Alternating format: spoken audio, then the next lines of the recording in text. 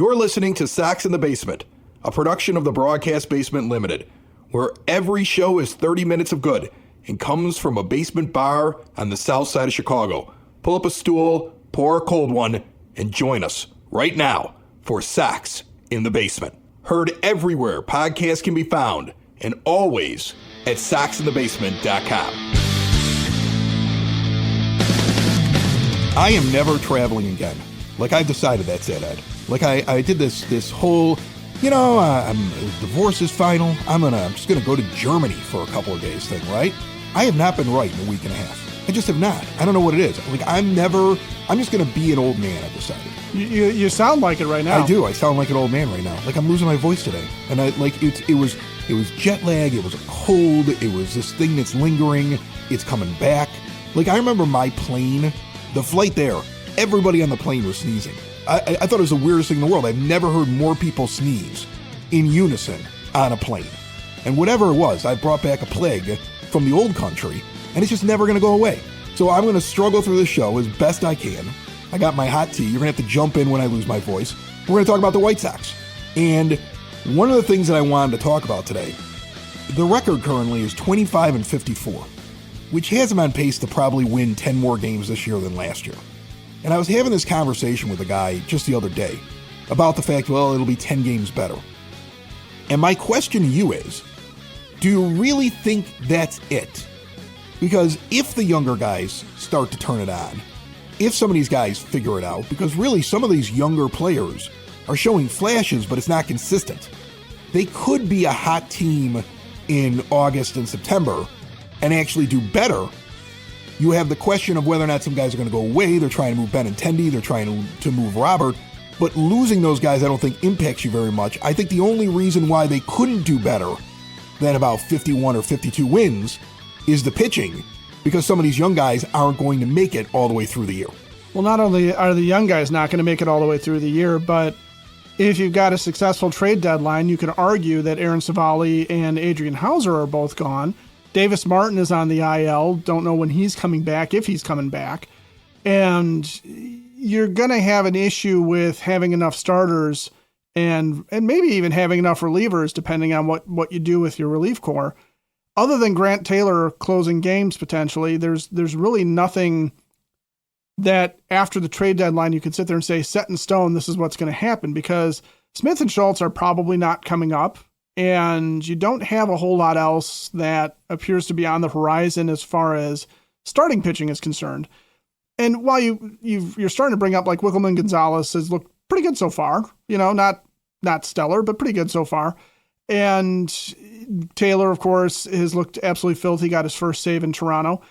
It's one of those things where if they're going to have a hot record, they're going to have to find a way to continue to pitch well and keep them in games that way. But Adrian Hauser should be a hot commodity on the market, because whatever he is doing, whatever the Bannister system has unlocked in him, he looks great. And he's a veteran pitcher that's a rental that isn't going to cost another team a whole lot. I mean, Getz can't hold the rest of the league hostage for a top prospect for Adrian Hauser or for Aaron Civale, but we talked about the fact that Civale is a flip candidate.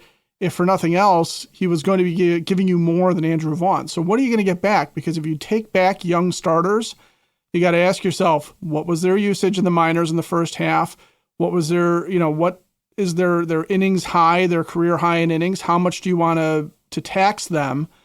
And that's going to hold them back. But you're right, from a position player standpoint, they should be able to score runs in the second half of the season. They should be able to score runs no matter what they do at the deadline without Benintendi and Robert, if they get rid of both of those guys, even without a Mike Tauchman, who they have him for another year, so it's not like they have to move him, and maybe they keep him around because he's garnering some all-star votes as a DH, even though he's played 6 games there total and seems to not be playing right now.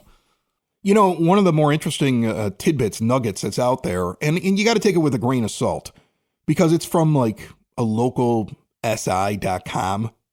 Sports Illustrated used to be like the thing, right?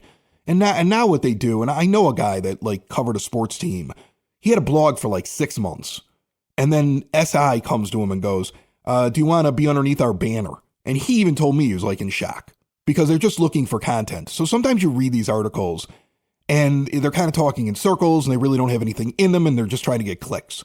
But there is one out of Philadelphia through their SI, their blogger. And he's talking about the idea that the Phillies are interested in Luis Robert Jr., which is shocking to me. Like, I'm really surprised that teams are interested in him. Like, I know what he did the 1 year that he has 38 home runs. But if you look at him over the last 2 years, I can't believe somebody's sitting there going, yeah, we need this guy.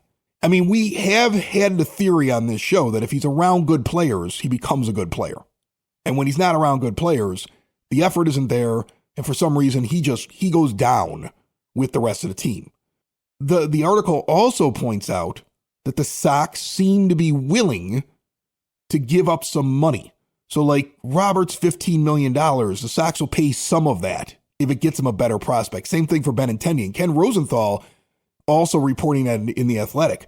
So I find that really interesting as they get close to the trade deadline. Here's a general manager who's going to play a little bit with the money too. Like I think if he goes to Jerry and goes, look, we would have paid him $15 million. In the end, he costs us about $11. I had to give a few $1 million to get somebody else, but I still saved you some money by getting rid of him. And so it'll be interesting at the trade deadline if he's able to increase the caliber of prospect by including cash, because now the reports are that it's something the Sox are interested in doing. I'm sure it's something they didn't want to do, but it's something they have to do because these guys are underperforming and they still want to get him off the team. Well, think about Benintendi. He's got more years. He's got years left on his contract. And so if you're going to pay even half of that, that's still a savings of half of his contract as far as Jerry is concerned. And it's, again, like you said, it's something that happens very commonly where if I pick up part of the contract, you give me a better deal, especially if it's somebody that is going to be sticking around. And, the cash offset for whatever. And so in Robert's case, it may not be the cash offset for the remainder of this year, but it might be the cash offset that helps the team pick up his option going into next year, if that's what it is that they want to do. Because I got to figure if somebody's going to give a decent prospect for Robert at this point, it's because they believe in him enough to give him half of this season and all of next year to prove that he should stick around. And they're not going to just rent him, because if he's a rental at this point, I don't care how much cash you put in on him. The prospect may be better than if you didn't put in cash, but it's still not going to be anybody that you sit there and you go, oh, wow, man. What you're hoping for, is Miguel Vargas 2.0. That's a pretty bold thing, though. The idea that to believe that a team, I mean, that's what I can't wrap my head around. And maybe that's because I'm a White Sox fan. Maybe as a White Sox fan. We've seen it. We can count on out-of-town stupid working in our favor sometimes. Yeah, but I mean, like, I'm accustomed to the idea that my owner is not just going to throw money away. And if your plan is, okay, we're acquiring this guy because we think he's going to, A, turn it around, and B, turn it around in a way that we're willing to give him $20 million next year. That's a pretty bold thing for any team to do. I mean, I understand that teams are desperate. We've talked about that before, too. It is so hard to find position players that can hit. So they're all looking at that one season when he was a superstar and saying, okay, we can get him back to that. You're not getting like the top of the line prospects. And I think that's the thing that I'm reading between the lines. Chris Getz he talks about it with Merck in Scott Merkin's latest article on MLB.com. The way he talks about Luis Robert Jr., he acts like he's got this superstar on his team. Like, oh, we're so lucky. I mean, I'll bring up the quote, but he basically is making it sound like I don't even want to trade him. It's kind of like watching a guy in a fantasy baseball league or fantasy football league talking to a player that everybody knows is not that good. We like having Luis Robert. I enjoy having him in the lineup on a daily basis. You do? You really do? Watching that? And that makes you happy? Because I don't think it does. I mean, right now he's in that mode where he's trying to put out the vibes to every general manager out there. No, I love him. He's going to turn around any moment now. And I don't think anybody buys it. That's the thing. Like, I always find this really funny. These guys are all professional general managers in Major League Baseball. They know exactly who these players are. Him going into to the press and being like, when you watch Luis Robert play, this is a quote, you're looking at a guy who can change the game pretty quickly in a lot of different ways. I mean, he's got a 573 OPS right now. Like, he hasn't changed the game in a variety of different ways for a while, Ed. Not even when that was the White Sox tagline, change the game. Was he really changing the game? But You do see, and I'll give a glimmer of hope as to what Getz is doing there. You see him launch, just absolutely murder a ball in Toronto, right? Now it's off of a lefty. It was a meatball pitch, and he got it and just absolutely tattooed the ball. He still has power, okay? And he can change the game in terms of his effort and abilities in center field and playing the outfield. Those two things, I think, are still apparent. He is also still running, right? He is still capable of stealing a lot of bases, as he's shown this year, which is it's kind of an anomaly for him, but there's some positives there.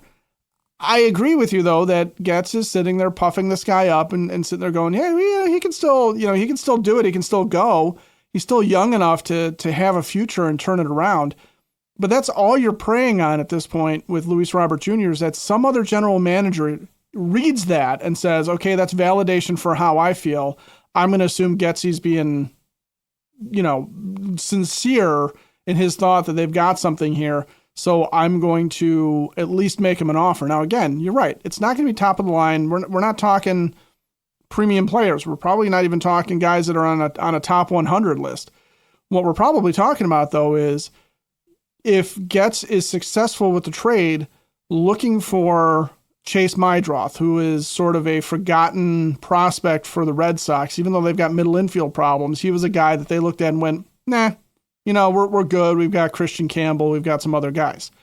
Or looking for Miguel Vargas, a guy who the shine has come all the way off of the prospect list, and he is no longer somebody that looks to be the future for a team, but looks to be a guy that you're sitting there going, he's another bust, and you're trading bust for bust.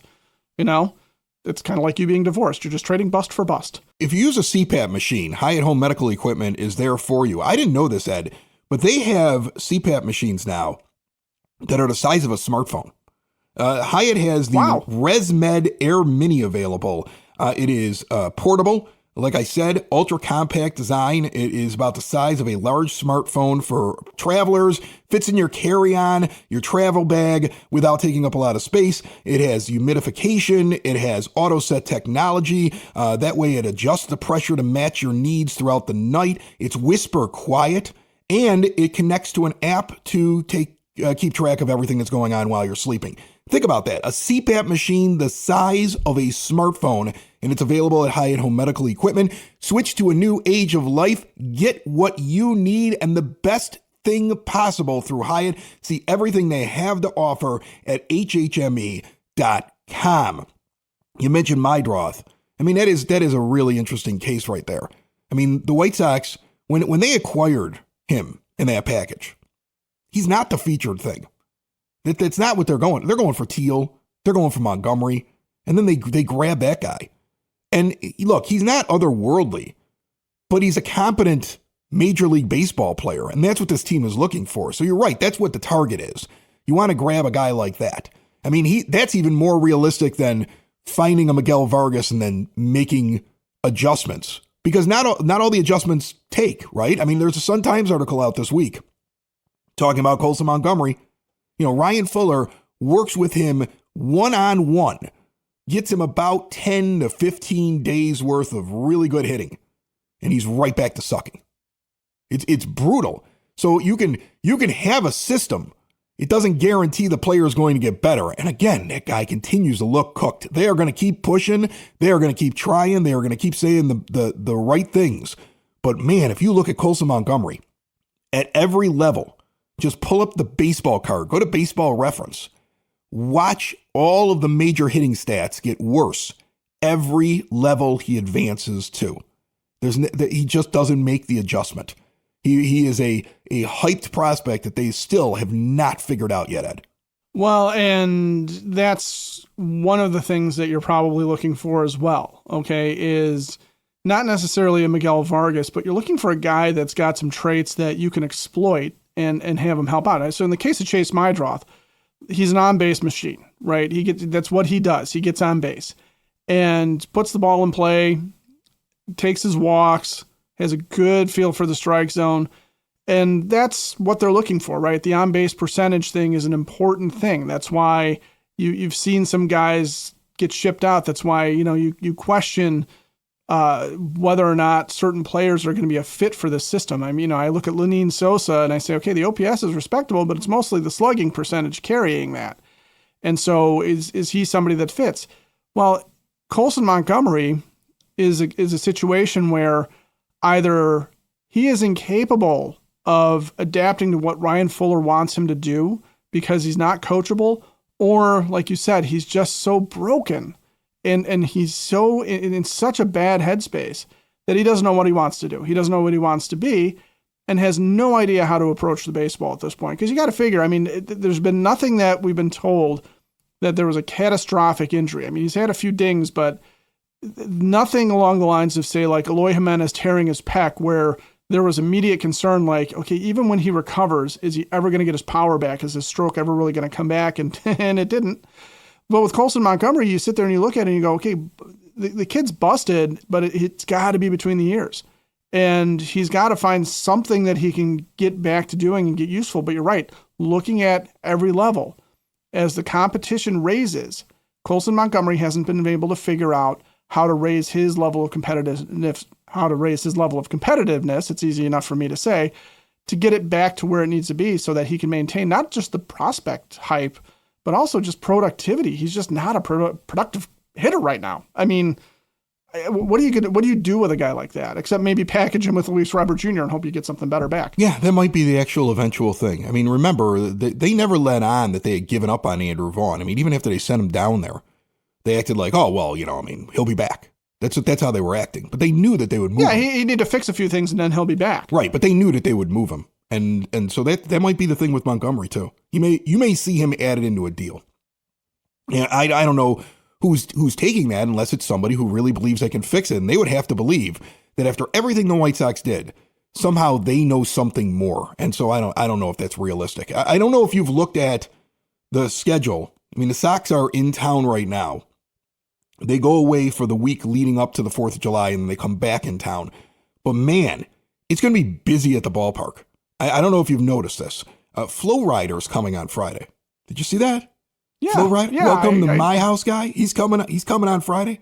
I mean, they do anything they can right now. I mean, it's like there's a baseball game. It's kind of like watching a minor league team, right? Like that team in Crestwood at the Ozinga Field, like does the Thursday night wrestling thing. Like that's what the White Sox have really kind of become because they're just trying to get you out there. They've got that when they do the next homestand. They got Yacht Rock Night into the 3 nights that's really celebrating the 2005 World Series. So it's going to be very busy leading into the All-Star break, whether they're winning or if they're losing, and they could pick up a few wins in there. So while you're out there, stop over the Cork and Carry at the Park, 33rd and Princeton, our proud sponsors, award-winning burgers, ballpark favorites, spirits, wines, a great rotation of craft beers, friendly service, a great price, and definitely the place for pregame, postgame, and in-game. Your home of Sox in the Basement and your home for the pregame, postgame, and in-game for White Sox games. Cork and Carry at the Park. See more at corkandcarry.com. Would you go to a game for the concert afterwards? Well, I mean, the simple answer is yes, I would. Depends on who's playing. Okay, that Flo Rida, I know his work. Not that I'm not a fan, but I don't know that I'm motivated to go see him. Okay, but to your point, one of the things that I've noticed when they've done these things before, when they've done these promotions where there's a concert, hasn't always been somebody that like, I really want to go see him. Now, I'm also to a point in my life where that's how I approach concerts anyway. I mean, once upon a time, you and I were the type that was like, oh, there's live music playing somewhere. Let's go and see what it is. Yeah, but we were seeing it for free a lot of times too. And that we were helps sneaking as in. well. We were backstage. We were drinking with the band. And that helps as well. Right. I mean, it kind of changes the concert going experience. Like I remember the first time I wasn't in radio and had no media connections and had to actually park in a parking lot and stand in line to walk into a concert. I was like, this is terrible. People do this? Yeah. We were kind of spoiled. Yeah. Back in the day. I mean, that's part of the problem. Right. But yeah, I mean, I would go out to the ballpark just for a promotion if the promotion was interesting enough to me. And it doesn't necessarily mean I won't go to the ballpark to watch a game anyway, but that's an extra enticement to sit there and say, okay, I'm going to see something interesting and cool that I kind of would want to see anyway. Now, I have a feeling this concert is not going to be a full-on display of, what he would do at a regular concert where he's just the featured event. The opening being a baseball game means that you don't really have a set start time. You probably still have set end times where they're going to sit there and say, okay, enough of this. Have you seen one of these before? Have you been to one of them with the concerts? Because I've been to a few more of the concerts after. They set up the stage around second base. And and they try to do it up as much as they possibly can. They always seem to let fans, like a certain group of fans, get to come out there and stand on a tarp. So there's some crowd around the guy, but most people are just in the stands. And everybody kind of moves around so they can get to the front of the stage. So that, if you're in the outfield, most people kind of move around and move into it. So you get a very packed crowd, even if the night wasn't that busy. Although I would imagine a Friday night at the end of June, not everybody's going to be able to do that for that concert. But that's what it generally looks like when they do it. But I look at this show and I look at what they have coming up. Here, I'll ask you, which one of these promotions in the next couple of homestands gets Ed to the ballpark? Is there one of them that would just get you to the ballpark? Florida on the 27th of June. Okay. Louis Aparicio bobblehead on the 29th of June. My dad would be into that because he loved good bobblehead. He loved Louis. It's a nice perk. He's not a bobblehead guy, but that was his favorite player. Yacht Rock night. Some people are into that on the 10th of July. Then we have the big weekend. Mark Burley's statue gets unveiled on Friday, the 11th of July. There is a Burley replica statue being handed out on the Saturday, the day after. So it's funny, if you go to the unveiling of the statue, you don't get the replica. Which seems to be, okay, well... Doesn't that seem weird to you? That's a very White Sox way to put it. Right, we're going to spread out the statue thing over 2 days. Yeah. I remember when I went to Ring Day after they won the World Series, the day they presented the rings was the day that we got the replica rings. Because I have the replica, right. And it really was a very tiny little thing. You can't even fit it on your finger. But they hand out the replica rings on Ring Day. Statue Day, they handed out the replica World Series trophy on the day that they brought it in from the and presented it to fans. Right. So, but in this case, you have the statue unveiling separate from the replica statues being handed out, and then on Sunday the 13th is the four guys, the pitchers that did the complete games in a row, 4 in a row in the ALCS, Burley, Garland, Garcia, and Contreras. It's a giant bobblehead with the 4 of them. And then the only other one that really stands out, Christmas in July on the 28th of July. So of all of those, which one's most likely to get you to a ball game? Or do any of them get you to a ball game? Taken separately, none of those, I gotta go and get the replica Burley statue. All right, I gotta see the unveiling. Those would be nice. It's an enticement. If I'm on the fence and I'm sitting there going, I'm going to go see a game coming up, I'm looking at those promotions and I'm going, okay, the replica Burley statue might be kind of a nice thing to have. The bobblehead with the 4 pitchers, that's an interesting bobblehead if you're into the bobbleheads. But they're not necessarily. Now, the other thing too is that the first 10,000 fans, is that, limited giveaways? Do I have to have the extra ticket for the giveaway? There's a lot of things that factor into the promotions, but I have in the past been one that sits there and say, okay, I really do kind of want to go see this. When they put Burley's number on the wall, okay, I wanted to be there for that one. When they were celebrating Hawk, I kind of wanted to be there for that one. Things like that. So yeah, I do. Hell, you're leaning towards statue unveiling. I would say statue unveiling is probably not unveiling. I would say the replica statue. So the day after, you don't care about the ceremony with Burley there. You want the replica statue the next night. I'd take the replica statue the next night because honestly, the Burley ceremony, depending on where you are in the park, if you've got a good seat, it might be fun to watch. But if not, you're going to probably get a better view of the actual, when they lift the sheet off of it and everybody goes, ooh, and starts clapping. That you're going to see all over social media within 5 minutes of it happening. Yeah, but you might get a chance to boo Jerry. He may show up for that. Ooh. You know what I'm saying? Jerry may be in public on the 11th of July. And then you have to, as a fan base, pick the right time to vocalize how much you despise him. So you don't do it so you don't disrupt Mark Burley's thing. But like Yeah, there's a moment coming there if he's actually standing there when the statue's unveiled. Right. Yeah, if Jerry is sitting there, standing there, whatever, gets mentioned by name. You could sell the team chance. I mean, there could be something there. He may show up. He might not. He might hide in his I don't know, his whatever he hides in, his lair. What do billionaires hide in generally? It's got to be. I figure they've got an underground lair. Yeah, all of them. It doesn't need to be underground. He's got that skybox up there, but that's kind of like a lair, right?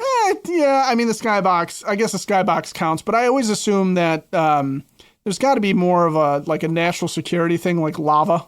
That always seems to be appropriate for a billionaire's lair. He might have, look, he could have the skybox with like a little river of lava that just sits there, right? Little river of lava. Yeah. One of those chairs that like rotates dramatically around, a hairless cat like in Austin Powers, something like that. He could have all that. I mean, he really did become the owner from The Natural, didn't he?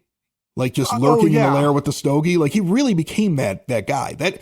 That movie comes out before Jerry Reinsdorf becomes who he is, but Jerry is very similar. It's almost like the same build too. Like they're almost the same body type with the stogie in the upstairs suite looking out on the fan base that he doesn't really like. I have an image of him rotating around. Mr. Getz, I see you've come for money. Explain to me why I should give you anything, Christopher. I have one quick correction from the last show. You weren't on it. That's probably why my voice is gone. I had to do a whole half hour. I blame you. A listener reached out. Pete Hand reached out to point out a mistake that I had. I was talking about how the 05 White Sox at 11-1, along with the Yankees in the late 90s, were the greatest record, the greatest run through the postseason ever, with the exception of when you just played a World Series. And after I said it, I was like, I might be wrong on that. And I was. There was one team, the 1976 Reds, that went 7-0, and that was after they went to they had the AL, they had the pennant, essentially. They had that series going into the World Series, and they went 7-0. But the Big Red Machine. Right, but the modern playoff era, post-1995, it's the Sox and the Yankees. And I don't think anybody's ever going to go, with the amount of games now you have to play, I don't think you'll ever see a team only lose one game in the postseason. And I don't think you'll ever see a team go undefeated. No, I don't think you'll ever see undefeated, and I don't think you'll ever see just one loss. Every year, I'm going to tell you something. It's something that we do. I don't know if everybody else does it, but me, my family, my dad, my sister, we all wait for everybody to get that second loss in the playoffs. And then we go, see, Sox are still amazing. Like, it's like, I don't know why it is. Like, I'll do it this year. I will wait for every team in the postseason to get their second loss. And I'll be like, all right, record's safe. At least get their first loss, so nobody can go undefeated through it. But that second loss really assures that it is one of the greatest runs ever. And in the modern playoff era, it's tied with the Yankees. Once they started increasing all those games, it becomes so much harder to go on a run like that. They swept 2 out of 3 series and won 4 of 5 games in the LCS. So, I mean, it's still just an incredible run. But Pete was good enough to point that out, and he was right. And I knew as soon as I said it, I was like, I know I'm missing somebody. I know I am. That's what happens when you're sitting by yourself. Well, thanks a lot, Ed. I blame you for that, too. Okay, yeah, but there's also 100 years of baseball plus to try and remember off the top of your head in that moment, and I would have missed it, too. All right, that's fine. Still blame you. Sox in the basement. Sox in the basement. Sox in the basement. Sox in the Basement. Heard everywhere podcasts can be found, and always on soxinthebasement.com.